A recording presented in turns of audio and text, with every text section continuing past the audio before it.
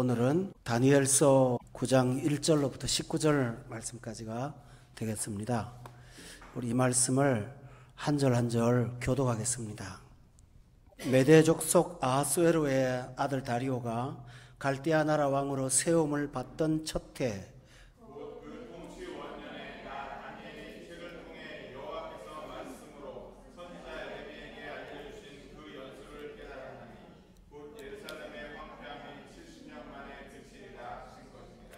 내가 금식하며 베옷을 입고 죄를 덮어쓰고 주 하나님께 기도하며 간구하기를 결심하고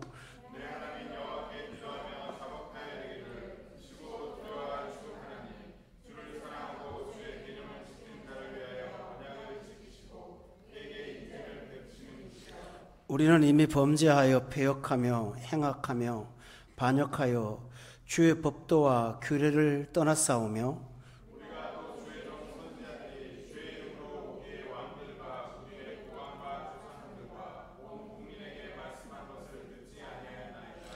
주여, 공의는 주께로 돌아가고 수치는 우리 얼굴로 돌아오미 오늘과 같아서 유다 사람들과 예루살렘 거민들과 이스라엘이 가까운 곳에 있는 자들이나 먼 곳에 있는 자들이 다 주께서 쫓아내신 각국에서 수치를 당하였사오니 이는 그들이 주께 죄를 범하였음이니이다.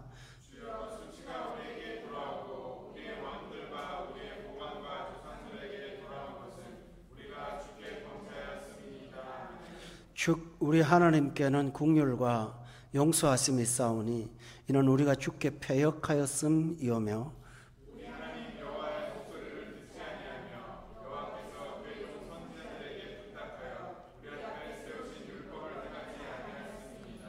온 이스라엘이 주의 율법을 범하고 치우쳐 가서 주의 목소리를 듣지 아니하였으므로 이 저주가 우리에게 내렸으되 곧 하나님의 종 모세의 율법에 기록된 맹세대로 되었사오니 이는 우리가 주께 범죄하였음이니이다.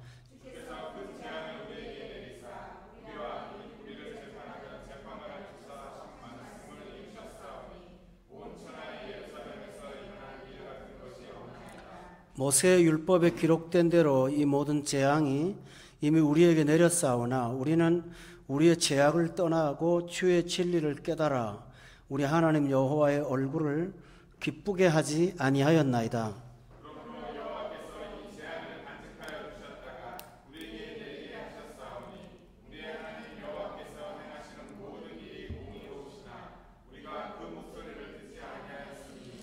강한 손으로 주의 백성을 애굽 땅에서 인도하여 내시고 오늘과 같이 명성을 얻으신 우리 주 하나님이여, 우리는 범죄하였고 악을 행하였나이다.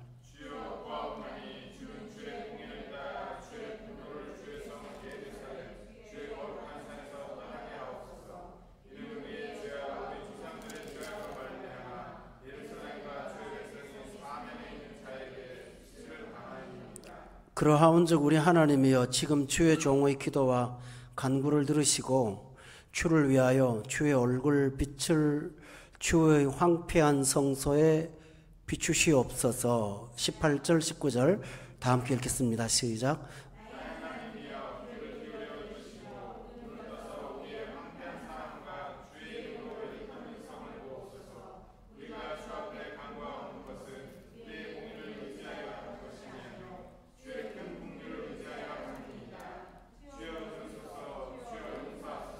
주여, 귀를 기울이시고 행하소서. 지체하지 마옵소서. 나의 하나님이여, 주 자신을 위하여 하시옵소서. 이는 주의 성과 주의 백성이 주의 이름으로 일컫는 바 됨이니이다. 아멘. 오늘 9장 1절에 보면 메대 족속 아하수에로의 아들 다리오가 갈대아 나라 왕으로 세움을 받던 첫 해라고 그 횟수가 기록되어 있습니다. 그리고 2절에 보면 그 통치 원년에 나 다니엘이 책을 통하여 여호와께서 말씀하신 선지자 에레미야에게 알려주신 그 연수를 깨달았나니 곧 예루살렘의 황폐함이 70년 만에 그치리라 하신 것이니라고 되어 있습니다. 여기 보면 3명이 등장합니다.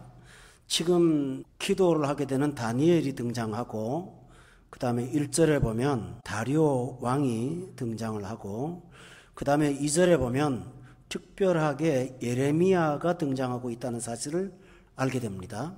그런데 여러분이 2절에 보면 구약에서 매우 특이한 사실을 하나 발견할 수가 있습니다. 그것은 다니엘이 책을 통하여 라고 되어 있습니다. 그러니까 여기서 말하는 책은 일반 책이 아니고요. 2절에 보니까 여호와께서 말씀으로 선지자 에레미야에게 알려주신 했으니까 구약 성경 에레미야서를 지칭하는 것인 것을 금방 알 수가 있습니다. 다시 말하면 다니엘도 성경을 보았다라는 사실을 우리가 볼 수가 있습니다. 여러분, 이것은 다니엘에게 아주 의미 있는 사건입니다. 왜냐하면 다니엘은 주로 환상을 많이 보았습니다. 지금까지 계속 환상을 보았고 다른 사람의 꿈을 해석해 주었고 또 자신도 환상을 보았고 이런 사람이었습니다. 그런데 오늘 2절에서는 다니엘이 성경을 연구했다라는 사실을 발견합니다. 우리가 여기서 한 가지 발견할 것은 어떤 분들은 신앙생활의 어떤 요소로 환상을 상당히 강조하는 경향이 있습니다. 그런가 하면 어떤 분들은 환상이라고 하는 어떤 신앙의 요소들을 거부하는 경향이 또한 있습니다. 극단적으로 어떤 사람들은 지금은 환상을 보는 시대가 아니라고 부정합니다. 그리고 어떤 사람들은 성경보다 환상을 우위에 둡니다. 그것을 직접 계시로 보기 때문입니다. 성경 말씀은 모든 이에게 주어진 보편적인 진리고 환상은 하나님과 나와의 소위 말하면 직통 계시로 보는 것입니다. 그러나 오늘 성경에서는 이 양쪽에 있는 균형을 잘 잡아주고 있습니다. 우선 다니엘서를 통해서 보면 하나님은 지금도 환상이라는 요소를 사용하셔서 하나님의 백성들에게 가끔 체험하게 하신다는 사실을 알 수가 있습니다. 또 하나 중요한 사실은 환상이 있지만 환상만을 가지고 활동하지 않으시고 하나님은 구약 성경에서는 이 성경 자체가 미완성으로 아직 다 기록되지 않았는데 에레미야의 서책을 성경으로 보시고 그것을 가지고 다니엘 선지자가 성경 공부해서 깨닫게 하셨다는 사실이 오늘 본문에 나옵니다. 이것은 우리가 신앙생활을 하면서 환상을 보는 것도 필요하지만 그러나 결론적으로는 하나님 말씀을 듣고 연구하고 깨닫는 것, 이것이 바로 건강한 신앙생활이라고 하는 것을 우리에게 보여주고 있습니다. 따라서 여러분은 하나님 말씀을 소홀히 대하지 마시고 하나님 말씀을 늘 연구하고 또 묵상하고 듣고 깨닫는 데 열심을 내시기를 부탁드립니다. 본문 2절에 보면 다니엘은 에레미야 선지자에게서 읽은 어떤 성경 구절 가운데 한 가지 사실을 깨달았다고 되어 있습니다. 2절에 보면 그것이 뭘까요? 예루살렘의 황폐함이 70년 만에 그치리라 하셨다는 것입니다. 이스라엘 나라의 수도인 예루살렘이 그 황폐하게 된 까닭은 성경에 기록되어 있습니다. 그것은 뭐냐 하면 본문에 있는 말씀 가운데 13절에 한번 보세요. 거기 보면 한번 앞부분을 좀 자세히 보세요. 모세의 율법에 기록된 대로 이 모든 재앙이 이미 우리에게 내렸다라고 되어 있죠. 그러니까 예루살렘이 황폐했다고 하는 2절의 내용은 13절에 보면 재앙이 내렸기 때문에 예루살렘이 황폐해졌다는 것입니다. 여기서 중요한 사실은 하나님의 백성은 항상 승리하고 하나님의 도우심만 받을까요? 그렇지 않다는 것입니다. 하나님 백성이 잘못했을 때는 하나님은 적을 통해서도 징계하신다는 사실을 우리가 보여주고 있습니다. 그러나 중요한 사실은 하나님의 백성과 백성이 아닌 사람과의 차이가 있습니다. 하나님의 백성의 징계는 언제나 한계가 있다는 것입니다. 70년 만에 끝난다는 것이지요. 그것을 신약 성경에서는 이렇게 표현합니다. 하나님께서 우리를 연단할 때 금을 불에 넣어서 불순물을 다 없애버리고 정금을 만드는 것이라고 베드로가 묘사를 했습니다. 여기 잘 한번 생각해 보세요. 금을 재련하고 정금을 만드는 사람이 뜨거운 용광로에다가 금을 넣죠. 그런데 계속 놔두면 안 되잖아요. 어떡합니까? 불순물이 사라진 다음에 금은 녹지 않도록 꺼내지 않겠습니까? 다시 말하면 하나님께서 당신의 백성을 징계할 때는 불순물을 제거하고자 함이지 여러분 자신을 해코자 하는 것은 결코 아니라는 것입니다. 따라서 신자에게 다가오는 고난이나 징계는 여러분의 내면의 세계나 불순물이나 이런 잘못된 것들이 사라지고 나면 여러분은 그 고난으로부터 졸업을 하게 된다는 것이 오늘 성경의 말씀이죠. 그래서 70년 만에 그치리라고 했던 에레미야 선지자의 말씀을 그가 깨달았다고 한 것입니다.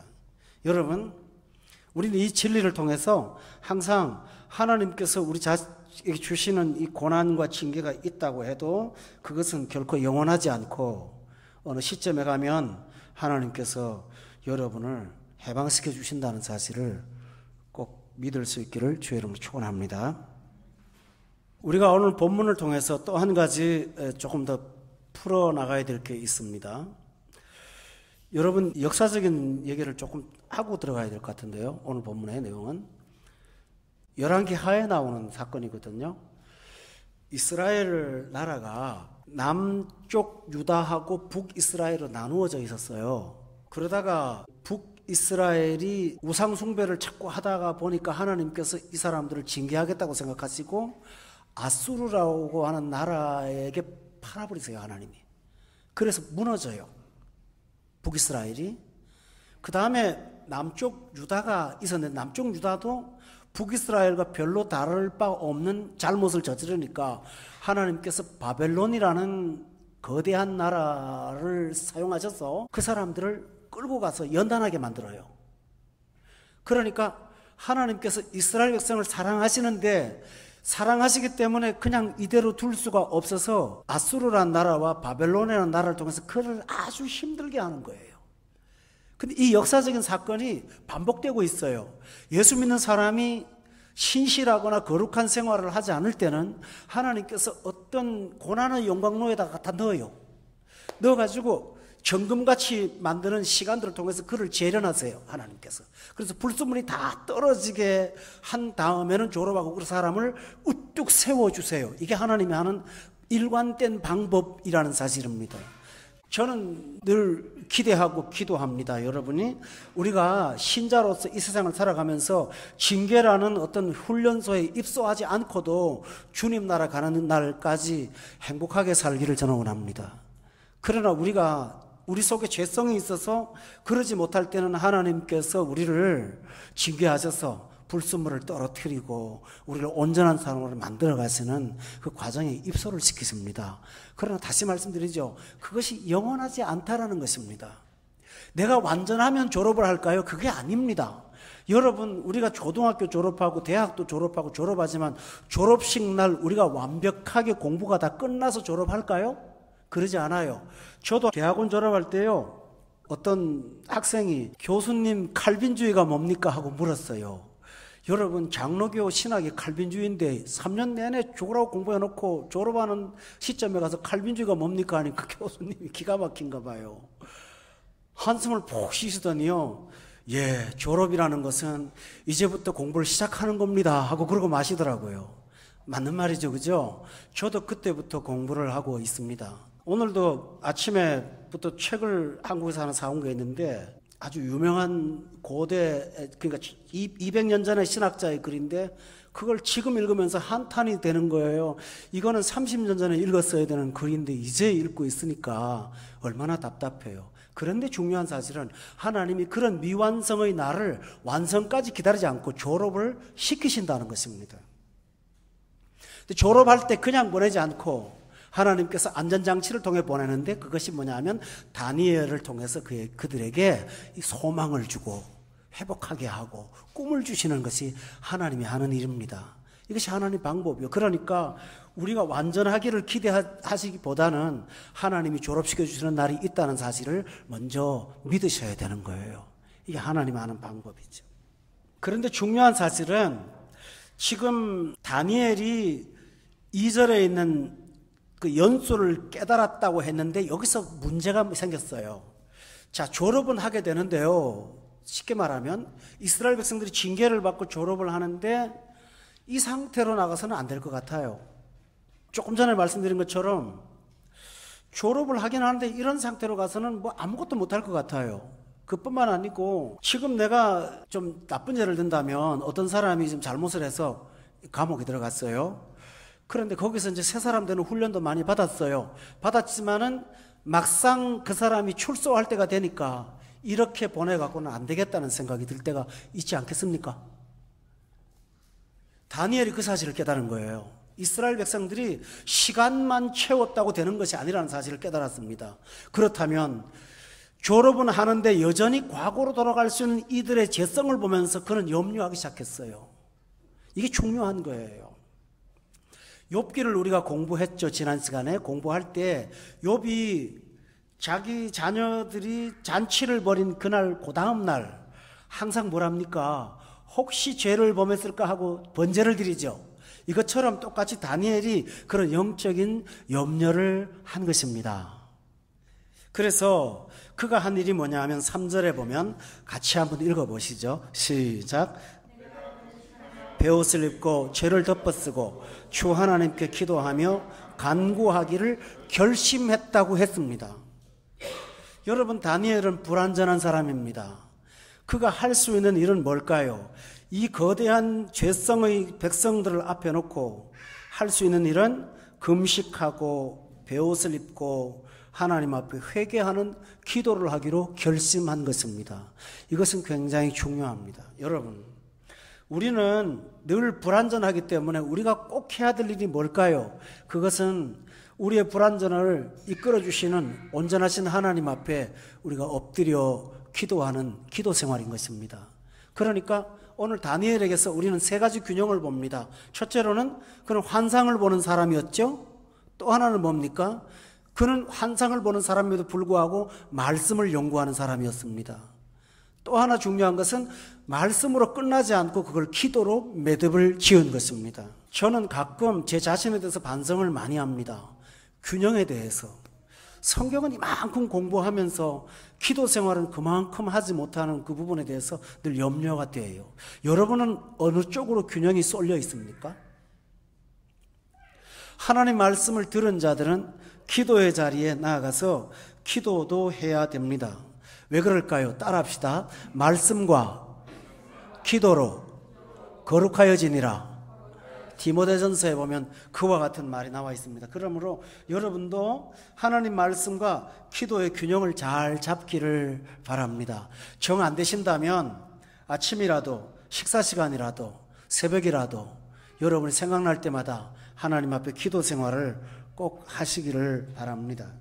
근데 제가 이렇게 말씀드리는 것은 단순한 기도가 아닙니다. 지금 다니엘은 이스라엘 백성들이 염려가 됐어요. 그래서 그는 하나님 앞에 기도하면서 엎드렸습니다. 근데 그는 무슨 기도를 했냐 하면은 회개의 기도를 하기 시작했습니다. 누군가가 이 문제를 가지고 하나님 앞에 회개해야겠다는 것입니다. 그래서 그는 회개의 기도를 하는데 본문 5절에 보면 아주 중요한 얘기를 하고 있습니다. 다 같이 한번 읽어볼까요? 5절 말씀 시작.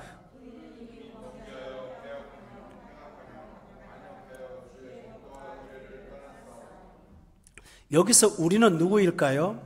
그것은 이스라엘 백성들과 자기를 포함한 사람입니다. 그러니까 우리가 이미 범죄하여 패역하며 행악하며 반역하여 주의 법도와 규례를 떠났다고 하는 것을 고백을 하기 시작했습니다. 여러분 여기 잘 보세요. 5절 말씀, 제가 좀 늦더라도 하나님 말씀 전하겠는데요. 단순히 죄를 지었습니다 말하지 않았어요. 패역이라는 말을 썼어요. 여러분, 하나님 앞 부모한테 잘못하면 뭐라고 그러죠? 불효라고 그러죠? 그런데 자녀가 부모한테 할 수 없는 일을 했을 때는 뭡니까? 패역무도하다고 그러지 않습니까? 그러니까 여기서 다니엘이 패역했다는 말을 썼을 때는 뭘까요? 이스라엘 백성들의 범죄가 그만큼 심각했다라는 뜻을 갖고 있는 것입니다. 이해가 됐습니까? 하나님, 제가 죄를 지었습니다. 이렇게 단순한 게 아니고 하나님, 우리가 패역한 존재였습니다. 행악했습니다. 반역을 했습니다. 무엇을 근거로? 주의 법도와 규례를 떠났었습니다 하고 하나님 앞에 그는 고백하고 회개했습니다. 다시 말하면 다니엘은 죄 문제를 굉장히 세밀하게 조사하기 시작한 것입니다. 여러분, 우리가 몸이 아프면 병원에 갑니다. 병원에 가서 제일 먼저 하는 일이 뭘까요? 검사를 하죠. 검사가 끝나기 전에는 아파도 약을 잘 주지 않습니다. 왜냐하면 아무 약이나 처방할 수가 없기 때문입니다. 그러니까 아파도 너무 아프다 그러면 진통제 같은 거 살짝 하나 놔주긴 하지만 그것도 굉장히 안 해주려고 합니다, 병원에서. 왜냐하면 그것이 들어가면 검사 결과도 제대로 나올 수 없거든요. 그리고 철저하게 조사를 하지요. 피검사도 하고 뭐 등등 하잖아요. 그것처럼 영혼의 문제는 더 심각하지 않겠습니까? 육신의 문제도 그만큼 중요하다면 영혼의 잘못을 세밀하게 조사하는 것은 우리의 영성에 굉장히 중요한 덕이 됩니다. 그러니까 다니엘은 우리는 범죄했습니다만 일반적인 죄성을 말하고 패역했습니다 하면 자녀로서의 하나님 앞에 못할 일을 했습니다. 행악을 했습니다. 악을 행했습니다. 반역을 했습니다 말은 반란죄를 말하죠. 여러분, 고대 시대의 반역이라는 말은 역적이라는 말인 뜻이잖아요. 왕권에 도전했습니다. 구체적으로 주의 법도를 떠났었습니다. 주님의 규례를 지키지 않았습니다. 법도는 뭘까요? 기록된 말씀이지요. 규례는 의식을 말합니다. 그것조차도 하지 않았습니다 하고 그는 매우 세밀하게 자기 죄 문제를 조사했습니다. 성도 여러분, 우리가 문제가 생길 때는 복잡한 생각을 합니다. 그런데 하나님의 백성들은, 고대 사람들은 언제나 복잡한 생각을 하지 않고 내 죄를 조사하기 시작했습니다. 내가 어떤 존재고 내가 어디서부터 잘못 되었는지를 생각하면서 하나님 앞에 회복을 시도했습니다. 오늘 다니엘이 바로 그와 같은 일을 하고 있습니다. 그런데 성도 여러분, 중요한 사실은 우리가 잘못했습니다라는 것을 뭘 갖고 잘못했습니다 말할까요? 이게 중요합니다. 본문 10절에 보면 다 같이 한번 읽어보세요. 다니엘이 무엇을 갖고 잘못을 하고 말했는지 기준을 말합니다. 10절에 다 같이 한번 읽어볼까요? 시작.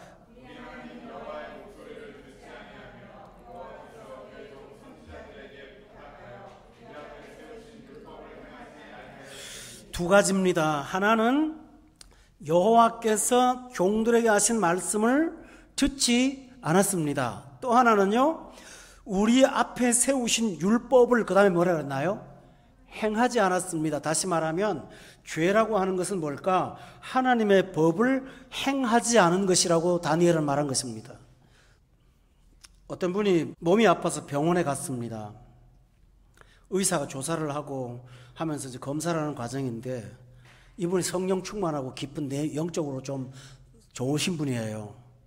가만히 묵상을 했어요. 앉아갖고 침상에 누워서 성경도 보고 해보니까 이 질병이 어떤 육체의 요인이 아니라 자기가 갖고 있는 영성의 문제였다는 사실을 발견한 거예요. 그래서 하나님 앞에 엎드렸어요. 그리고 그 자리에서 하나님 앞에 이 부분을 좀 놓고 기도하면서 내가 그동안 너무 방종하고 살았습니다 하고 하나님 앞에 고백하기 시작하면서 마음의 평화를 얻었어요. 그 다음에 검사하러 가니까 병이 없어요. 사라져버린 거예요. 내 영혼을 치료하고 나니까 육체가 사라져버린 거예요. 여러분이 문제가 생길 때마다 문제의 말초신경을 보지 말고 내면의 세계를 보시면서 하나님과의 관계에서 여러분을 조사하고 엎드리면 하나님이 여러분에게 놀라운 건강을 허락해 주실 줄로 믿습니다. 이해가 되세요? 저는 설교를 잘하는 것보다 여러분이 순종하기를 바랍니다. 이게 굉장히 중요하거든요. 그걸 조사하면 언제나 삶의 회복을 우리가 찾을 수가 있습니다. 그러니까 다니엘은 세우신 율법을 행하지 않았다고 하는 것을 그는 고백을 한 것입니다. 또 하나 11절에 한번 보시기 바랍니다. 다 같이 한번 읽어볼까요? 시작. 주의 율법을 범하고 치우쳐 가서 주의 목소리를 듣지 아니하였으므로 이 저주가 우리에게 내렸으되 곧 하나님의 종 모세의 율법에 기록된 맹세대로 되었사오니 이는 우리가 주께 범죄하였음이니이다 라고 했습니다. 여러분, 지금 다니엘은 10절에서 우리는 하나님의 율법을 행하지 않았기 때문에 이런 문제가 생겼습니다. 바벨론은 70년 동안 고생을 했습니다. 깨달았습니다.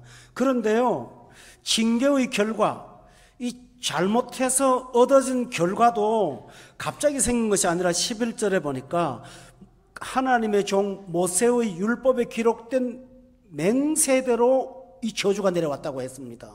이것은 중요한 얘기입니다.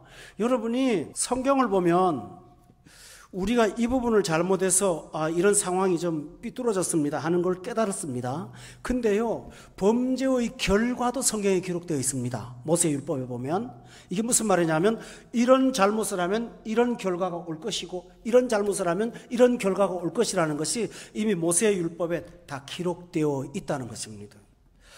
백과사전 중에 의학백과사전 같은 거 보셨던 적 있습니까?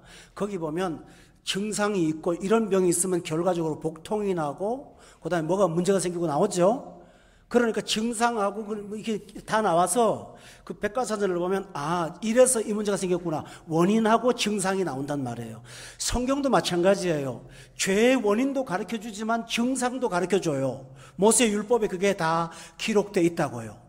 예를 들어 신명기에 보면 이런 말이 있어요. 너희가 내 말에 순종하면 들어가도 복받고 나가도 복받고, 얼마나 구체적으로 떡그릇도 복받고 소도 복받고 양도 복받고 남종도 복받고 요종도 복받는다. 그러나 반대로 불순종하면 전부 다 반대거든요. 그러니까 이 사실을 안다면, 우리가 안다면 생활에서 무슨 문제가 생겼을 때 이거는 내 가족 중에 누가 문제가 돼서 이런 거야, 직장에 누구 때문에 이런 거야 라고 하지 말고, 분명히 보세요. 우리가 순종하면 떡반죽 그릇도 복받고 아들도 복받고 딸도 복받는다 그랬으니까 아들에게 문제가 생겼을 때, 자녀에게 문제가 생겼을 때 이것은 저 자녀가 어떤 문제를 행한 것이 아니라 내가 하나님 앞에 순종하지 못했을 때 왔던 결과라는 사실을 깨닫습니다. 그러고 나면 어떻게 되죠? 하나님께 내가 먼저 엎드려 회개하는 것이죠. 그러면 하나님께서 여러분을 치유해 주십니다. 아멘. 근데 그게 아니라 식구들끼리 원망하고 나무라고 야단치면은 상처만 자꾸 가중을 시키고 더욱더 가중되는 처벌을 받게 되지 않습니까? 그러니까 우리는 얼른 하나님 앞에 지혜롭게 돌아와서 결과가 증상이 이거라면 원인은 이걸 거야 하고 모세의 율법을 찾아서 돌아가 보시면 하나님은 반드시 우리에게 얼른 회복할 수 있는 지름길을 허락해 주실 줄로 믿습니다. 예를 하나 들까요? 이스라엘 백성들이 여리고성에서 큰 전쟁에서 싸워 이겼습니다. 그런데 그 다음 성이 어디였죠? 아이라는 자그마한 성입니다. 근데 거기서 졌어요. 그러고 나니까 장로들이 모여갖고 원인을 조사했죠. 우리가 왜 졌나? 군사력에 문제가 있나? 지도력에 문제가 있나? 그런데 하나님이 가르쳐 주세요. 원인을 못 찾아요. 사람들은. 하나님이 아니야, 너희 중에 한 사람이 내가 하지 말라고 한 일을 해서 범죄한 사람이 있어. 한 사람이 있다. 그걸 찾아내라 라고 합니다. 그래서 제비 뽑고 뽑다 보니까 아간이라는 사람이 등장하지 않았습니까? 그를 돌로 치고 나서 아골자리를 만들고 난 다음에 다시 들어가서 아이성을 점령할 수 있었습니다. 여러분, 이스라엘 백성들은 원인을 군사력에 있다고 생각한 겁니다. 그러나 하나님은 아니라는 거예요. 돌아보라는 거예요. 영적인 문제라는 거예요. 우리나라 역사에 굉장히 괴로운 일이 하나 있었습니다. 6.25 사변이 1950년에 났나요? 50년도에 났는데 1950년에 무슨 일이 있었는지 아세요? 대한예수교 장로교가 어떤 교리 문제로 대구에서 분열이 됐어요. 그래서 한국교회가 막 싸웠어요. 정말 싸웠어요. 피 터지게 싸웠어요. 그리고 난 다음에 전쟁이 터져버린 거예요. 나라가 어려움을 당했어요. 그런데 역사가들은 6.25 전쟁의 원인들을 열방이나 어떤 그런 공산주의 이념과의 관계라고 생각을 해요. 그러나 나중에 한경직 목사님을 비롯한 유명한 목사님들은 엎드려서 회개했어요. 이거는 우리가 잘못한 거다고. 우리가 이 민족에 상처를 준 거라고. 나라를 분열시키기 전에 우리가 분열됐기 때문에 이 결과적으로 우리가 이런 아픔을 겪는다고 하나님 앞에 회개했어요. 저는 맞다고 생각을 합니다. 하나님의 자녀는 언제나 경제 문제나 군사 문제에서 문제의 원인을 찾는 것이 아니라 나와 하나님과의 관계에서 찾아가시는 것입니다. 그렇게 할 때 여러분은 진정한 회복을 얻게 될 것을 확신합니다. 저는 그래서 평소에 목회하면서 참 두려운 게 있습니다. 여러분 가정에 조금 안 좋은 일 생기면은 덜커덕 내 마음이 내가 뭐 잘못한 거 있지, 뭐 목회를 내가 분명히 잘못하고 있어. 부부싸움을 했대요. 그럼 며칠 전에 우리 집사람하고 좀 한바탕 했는데 그랬나 보다, 이런 생각이 들어와요. 이거 잘못된 것일까요? 근데 신기하게요, 내가 하나님 앞에 엎드려서 회개하면 그 가정이 또 해맑아져요. 와, 여러분 잘못하면 다 내 책임입니다. 우리 예수 믿는 사람은 언제나 그렇게 우리 자신에게 문제를 찾아가야 되는 것입니다. 13절에도 보세요. 모세의 율법에 기록된 대로 이 모든 재앙이 우리에게 내렸다고 되어 있잖아요. 그렇죠? 모세의 율법에 기록된 대로 재앙이 내려왔지 없던 것이 온 것은 없다는 것입니다. 우리가 당하는 어려움은 항상 경고 속에서 찾을 수가 있다는 사실을 성경이 분명히 말하고 있습니다. 그러므로 성도 여러분, 우리가 회개할 때는 언제나 하나님 말씀으로 돌아가서 율법책을 돌아보시고 그 말씀에서 우리 자신의 문제들을 찾아 나가시면 여러분 얼른 회복해서 건강을 회복하는 은총을 받게 될 것입니다. 할렐루야. 다니엘은 이렇게 죄 문제를 하나님 앞에 고백했습니다. 그리고 그는 중요한 사실을 묵상했습니다. 죄의 결과를 묵상했습니다. 잘 들어주세요. 제가 오늘 천천히 말할 테니까요. 이게 너무 중요했어요. 죄를 짓고 나면 어떤 일을 당하는지 그는 결과를 깊이 묵상했습니다. 여러분, 좀 이런 얘기를 하나 할까요? 가끔 인터넷이나 텔레비 뉴스에 보면, 노골적인 얘기를 하나 할게요. 얼마 전에 청와대 그 대변인 아무개, 참 말하기 싫으네요. 그런 일이 있었잖아요. 근데 그 사람이라고 그렇게 한꺼번에 자기 인생을 무너뜨리는 일을 그렇게 뭐 함부로 했을까요? 평소에는 그러지 않았을 거예요. 그죠? 그런데 그 순간, 전 잘 모르겠습니다만 그 순간에 뭐가 없었을까요?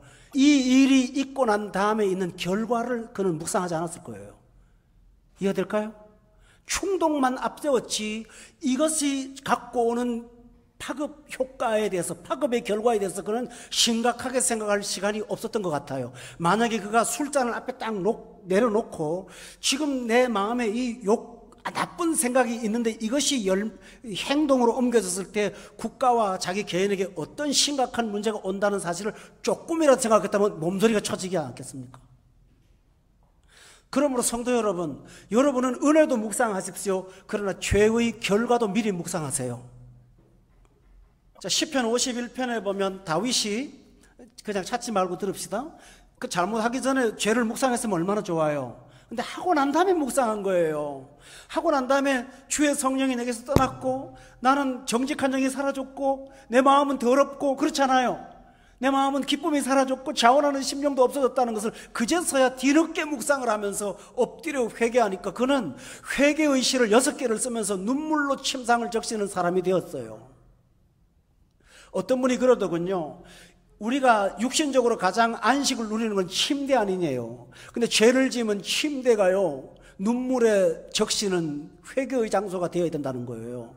참 중요한 말이에요. 그러나 오늘 다니엘은 지나간 사실이지만 다시 그 사실을 꺼내놓고 죄의 결과를 묵상하기 시작했어요. 죄를 짓고 나면 이렇게 소름 끼치는 일이 있다는 사실을 깨달으면서 백성들한테 말을 전한 것입니다. 여러분, 자, 첫째로 뭘까요? 8절에 보면 죄의 결과가 어떤 것인지를 그는 말합니다. 7절 끝에 보세요.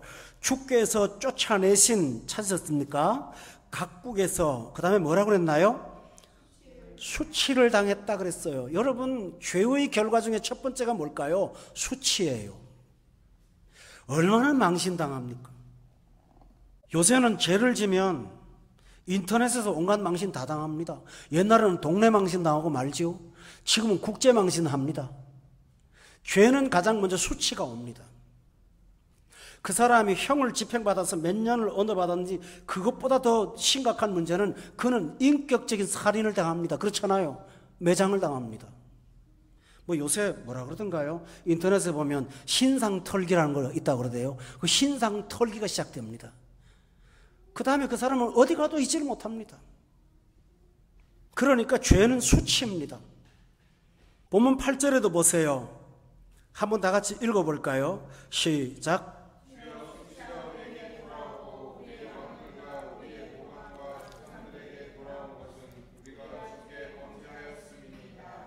여기다 보면 주여 수치가 우리에게 돌아왔다고 했지요. 7절도 보세요. 다시 보면 각국에서 수치를 당했다고 돼 있잖아요. 수치는 한 군데서 당하는 게 아니에요. 여러분이 잘못하면 발 없는 소문이 천리를 간다는 속담처럼 나가 전혀 나를 알지 못하는 그 동네에서 나를 수치가 부끄럽게 만드는, 부끄러워서 사람이 못 사는 거예요. 과거에는, 지금은 그렇지 않아요. 안 그런 경우가 많지만 옛날에는 가족 중에 한 사람이 너무 잘못을 해갖고요, 한국 땅에 못 살아. 그래서 보따리를 싸서 밤중에 도망가듯이 이민을 가는 사람들이 굉장히 많았다고 합니다. 지금은 그렇지 않죠. 근데 그때 당시에는 그런 부분이 있었대요. 얼굴 들고 못 사는 거예요. 그러니까 외국에 가죠. 근데 지금은 외국 가도 얼굴 들고 못 삽니다. 여러분, 소문이 더 빨리 가요. 그러니 여러분이 죄에 대한 어떤 욕구가 생길 때마다 항상 기억하십시오. 수치를 당한다는 거 잊지 마세요. 여러분이 쌓아놓은 인격과 명예가 다 사라져 버립니다. 그러므로 항상 그 사실을 생각하면서 경건하고 거룩하게 살기를 부탁드립니다. 두 번째로는 11절에 보세요. 다 같이 한번 읽어봅시다. 시작. 주의 율법을 범하고 치우쳐 가서 주의 목소리를 듣지 아니하였으므로 이 저주가 우리에게 내렸으되 곧 하나님의 종 모세의 율법에 기록된 맹세대로 되었사오니 이는 우리가 주께 범죄하였음이니이다. 여러분, 수치를 당하고 두 번째로는 오늘 11절에 보니까 저주가 우리에게 내려진다고 되어 있습니다. 죄를 지면.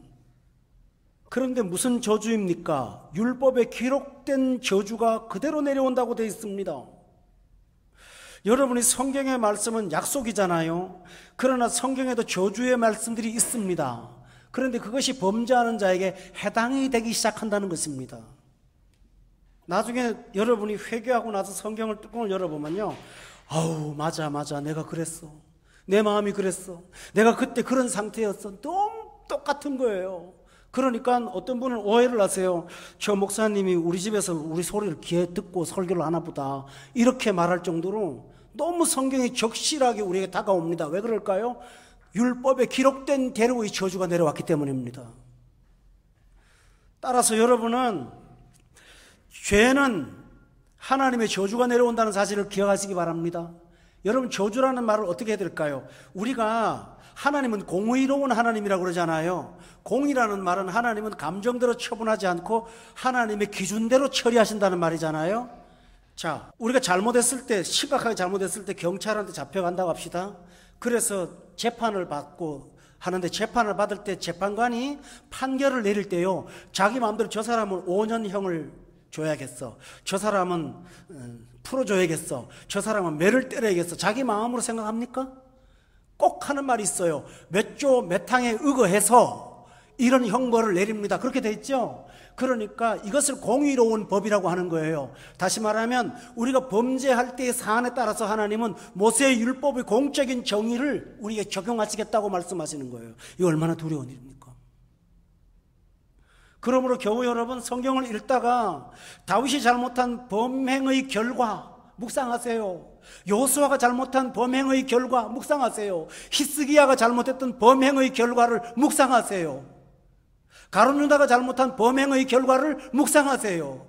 베드로의 범행의 결과를 묵상하세요. 큰 소리를 쳐갖고 3번씩이나 주님 앞에 부인하고 맹세하면서 거부했던 그 사람들의 결과를 묵상하세요. 성경은 언제나 그러고 있어요. 우리가 그런 코스로 갈 수밖에 없다는 사실을 기억하면서 여러분이 성경의 율법의 저주들이 여러분에게 다가오지 않도록 항상 죄의 결과를 묵상하시기를 바랍니다.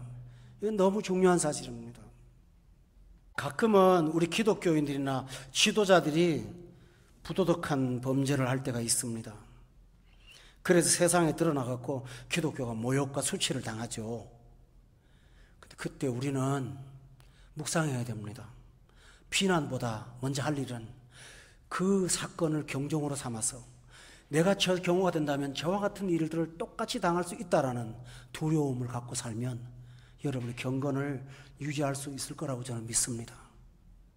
또 하나 중요한 게 있습니다. 14절에 보세요. 그러므로 여호와께서 이 재앙을, 그 다음에 참 두려운 말이 있습니다. 간직하여 두었다가 우리에게 내렸다는 말을 합니다. 이 말이 뭘까요? 여러분이 잘못하면 하나님께서 즉각적으로 즉결 심판하지 않으세요. 뭐합니까? 간직하여 두었다가 내린다고 되어 있어요. 그러니까 예수 믿는 사람들 중에 범죄를 해도 속히 하나님이 판결하지 않으시니까 죄를 짓는데 담대하게 되는 거예요. 우리 자신들이. 그렇죠? 오늘 당장 매 맞으면 안 그렇잖아요. 근데 안 그래요. 하나님은 어떻게 다가오는지 아세요? 호세아서를 찾아보겠습니다. 구약성경 호세아서에 보면 이런 말이 나와요. 5장 12절에 한번 볼까요? 다 같이 한번 읽어볼까요? 시작. 에브라임에게는 좀 같으며 유다 족속에게는 썩이는 것 같도다 라고 되어 있습니다. 옷장에 나프탈린 넣죠. 왜요?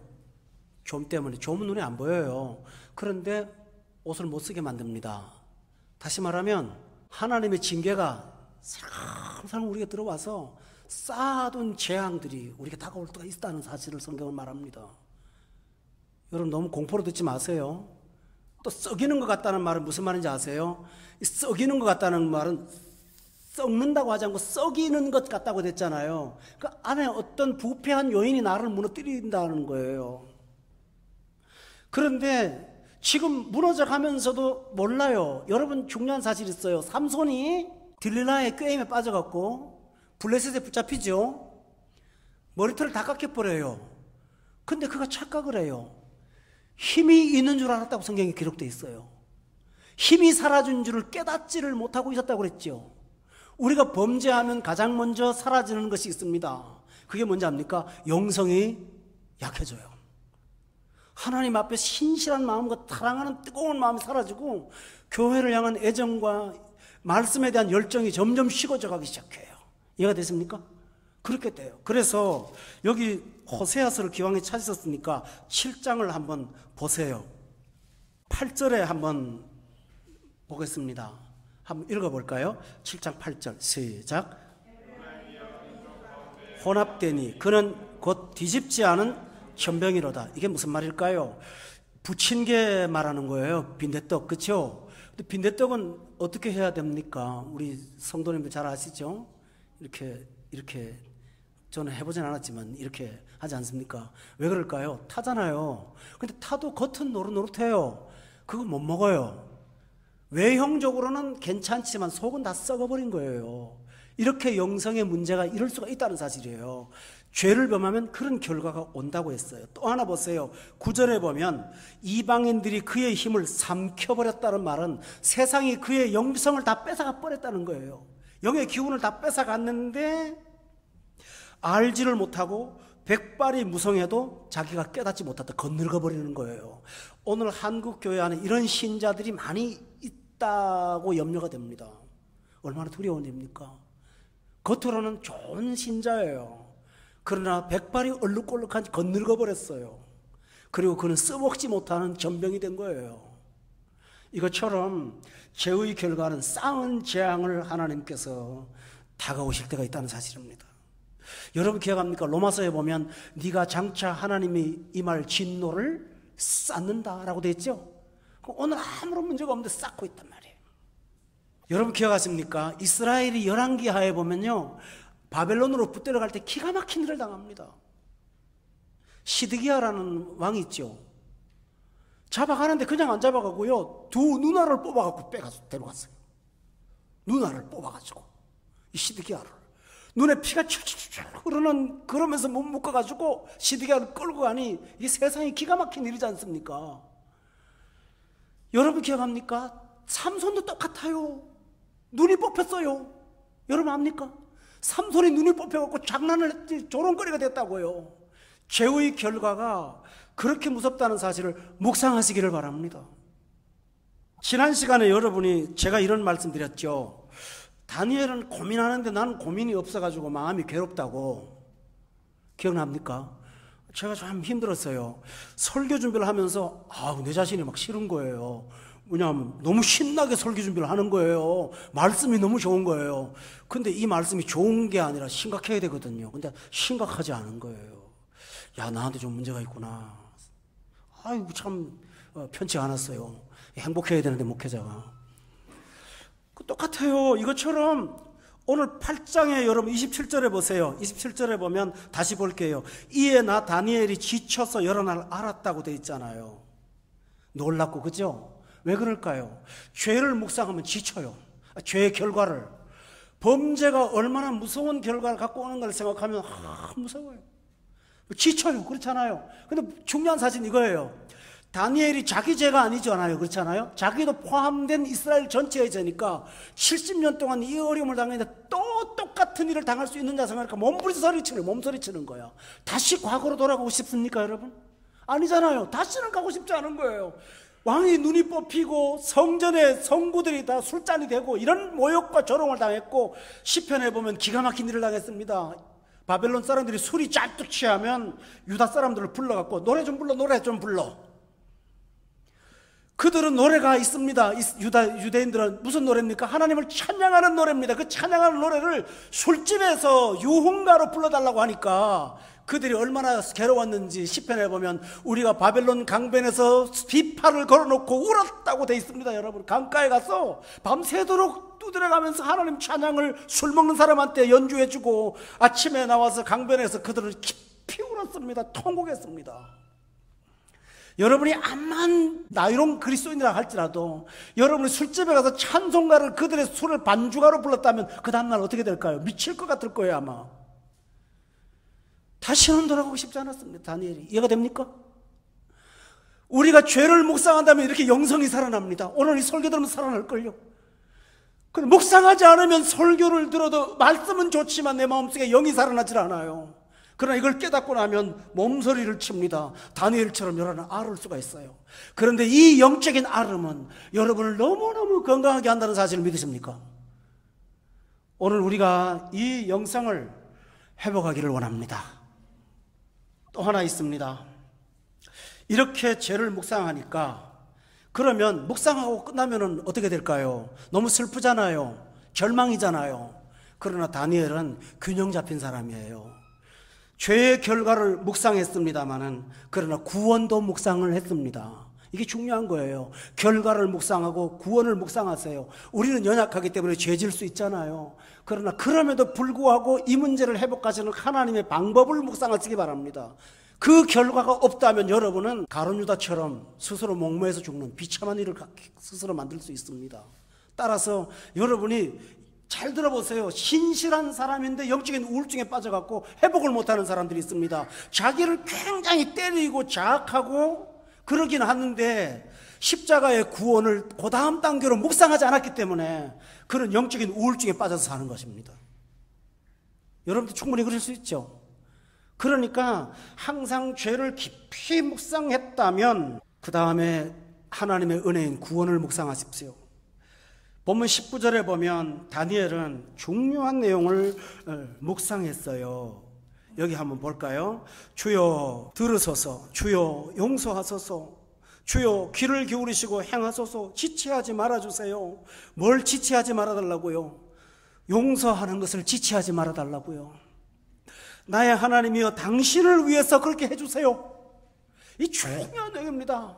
하나님, 당신의 명예가 있다면 당신의 명예를 위해서 해주세요. 왜 그럴까요? 이는 주의 성과 주의 백성이 주의 이름으로 일컫는 바 되었는데 당신의 백성들이 망하면 당신의 명예가 손상되는 거 아닙니까? 그는 하나님의 이름을 붙잡고 매달렸습니다. 아주 중요한 얘기죠. 모세가 그런 기도했습니다. 하나님 다 죽이겠다고 하니까 모세가 뭐라고 했습니까? 하나님, 당신의 팔로 애굽에서 빼낸 백성들인데 왜 스스로 죽이시려고 합니까?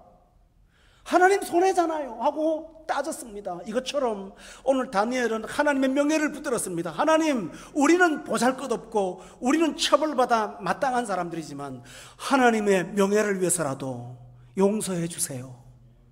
할렐루야. 참 애절한 기도입니다, 여러분. 애절한 기도입니다. 두 번째로는 그는 이렇게 기도했습니다. 15절에 보면 그는 과거를 묵상했습니다. 15절에 보니까 다 같이 읽어주세요. 15절 참 중요해요. 시작.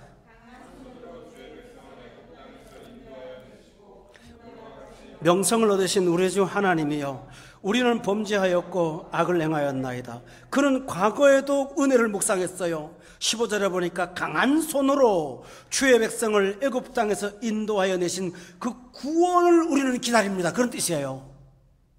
애굽에서 떠날 때 이스라엘 백성이 잘한 거 하나도 없잖아요. 여러분 잘 들어보세요. 제가 조금 깊은 얘기를 안 할게요. 금방 이해하실 거예요. 성경에 보면 그 창세기에 아브라함의 하나님, 그 다음에 뭐라고 그래요? 이삭의 하나님, 그 다음에요? 야곱의 하나님, 그러죠? 그럴 때 보세요. 하나님이 아브라함한테 약속하신 자손이 모래알았다는 약속을 미래로 미뤘어요. 맞죠? 이삭한테도 마찬가지예요. 쌍둥이만 낳고 말았죠. 그런데 아브라함하고 이삭하고 비교할 때 야곱은 성품으로나 영성으로나 제일 빠지는 사람이죠. 근데 하나님이요, 이 사람을 통해서 12지파를 만들어요. 근데 신기한 게 있어요. 리브가가 아기를 임신했을 때 하나님께서 작은 자를 내가 선택한다고. 로마서를 보면은 그들이 악을 행하기도 전에, 태어나기 전에 하나님이 선택하셨다고 그렇게 말해요. 그 성경에서 그 사실을 왜 자꾸 강조하는지 아세요? 그것은 구원은 우리의 공로에 있지 않고 하나님의 특별하신 은총 가운데 있다는 사실을 강조하려고 그렇게 나누는 거예요. 만약에 아브라함한테 그런 얘기 했다면 아브라함은 좀 괜찮은 사람이지 그럴 거 아니에요. 가장 못난 사람 놓고 그렇게 한 거예요. 또 하나 있습니다. 유다라는 사람 아십니까? 12지파 가운데 유다라는 아들 있죠. 성경에 보면 다른 사람들의 죄는 구체적으로 기록하지 않으면서 유다의 잘못은 아주 소상히 기록을 해놨습니다. 이거는 말하기 싫으네요. 여기서 어른 애들만 있어갖고 애들이 있어서 아시죠 무슨 말인지. 근데 왜 하필이면 유다의 얘기는 그렇게 묘사를 합니까? 루벤도 잘못했는데 루벤의 얘기는 한 절로 딱 끝나요. 근데 유다에게는 한 장을 써요. 왜 그럽니까? 예수님이 유다 지파에서 나오시거든요. 그러니까 성경은 죄를 묵상할 때는 절망이지만은 그걸 뛰어넘는 구원의 능력이 있다는 사실을 믿으십니까? 이게 하나님이 하는 일이에요. 그래서 여러분은 죄의 결과를 묵상해서 소름 끼치지만은 그러나 하나님의 구원을 묵상하심으로 매듭짓기를 바랍니다. 강한 손으로 애굽에서 건져내신 하나님이 아니십니까? 그러면서 그는 16절에 주여 구하옵나니 주는 주의 공의를 따라 주의 분노를 주의 성 예루살렘 주의 거룩한 산에서 떠나게 해달라고 그는 간절히 기도하고 있습니다. 그리고 마지막 18절에 보세요. 거기 보면 다 같이 한번 읽어봅시다. 다니엘이 간구한 거 있습니다. 시작. 귀를 기울여 들으시며 눈을 떠서 우리의 황폐한 상황과 주의 이름으로 일컫는 성을 보옵소서. 우리가 주 앞에 간구하옵는 것은 우리의 공의를 의지하여 하는 것이 아니요 주의 큰 공의를 의지하여 함이니이다 라고 했습니다. 여러분, 죄인이 붙잡을 단어가 딱 하나 있습니다. 공의를 의지하는 것입니다. 공의이 뭘까요? 자격 없는 사람한테 주시는 은총을 말합니다. 여러분, 하박국이라는 선지자를 기억합니까? 하박국은 유명한 기도를 했습니다. 주여, 진노 중에라도 긍휼은 잊지 말아주세요 하고 기도했어요. 진노 중에라도 긍휼만큼은 잊지 말아주세요. 오늘 다니엘은 우리 백성은 자신이 없습니다. 하나님의 긍휼이 필요합니다. 불쌍히 여겨주세요 하고 그는 기도했습니다. 하나님이 다니엘의 기도를 얼마나 기뻐하셨을까요? 23절에 다 같이 한번 읽어볼까요? 23절에 다니엘의 기도를 하나님이 이렇게 말합니다. 시작.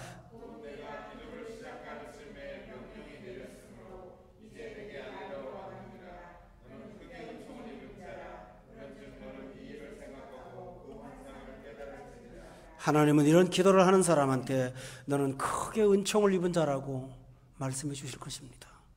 오늘 귀한 여러분, 다니엘의 대표 회개를 꼭 기억하십시오. 그리고 생애 문제가 생길 때마다 다른 데서 해답을 찾지 말고 하나님과 1대1로 대면하십시오.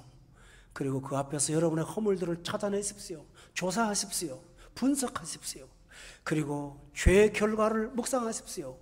그리고 중요한 매듭, 그럼에도 불구하고 날 위하여서 죽으신 십자가의 예수님을 붙잡으십시오. 그리고 긍휼을 의지하십시오. 그러면 모세의 율법에 기록된 재앙들이 여러분에게 내려오지 않고 하나님께서 여러분을 사제의 은총으로 축복해 주실 줄로 믿습니다. 기도하겠습니다. 하나님 아버지, 저희들은 너무나 부족한 사람들입니다. 주의 말씀을 듣고도 거듭거듭 범죄하고, 그리고도 문제가 생기면 다른 사람 탓을 하며 우리 자신을 수정하지 않았습니다. 그러나 이제 하나님 앞에 간구합니다. 우리의 잘못을 늘 묵상하게 하소서, 조사하게 하옵소서, 그리고 죄의 결과를 생각하면서 두려워 떨게 하소서, 그리고 십자가를 붙잡고 주님의 긍휼을 의지함으로 해방받는 구원의 백성이 될 수 있도록 축복해 주시옵소서. 그리하여 우리의 영성이 날마다 뜨거워지게 하시고 하나님을 향한 뜨거운 사랑으로 주님과의 깊은 관계를 유지하며 살 수 있는 백성들이 되어서 마침내 하나님이 주시는 화목과 평화를 얻게 하여 주시옵소서. 예수님의 이름으로 기도드렸사옵나이다. 아멘.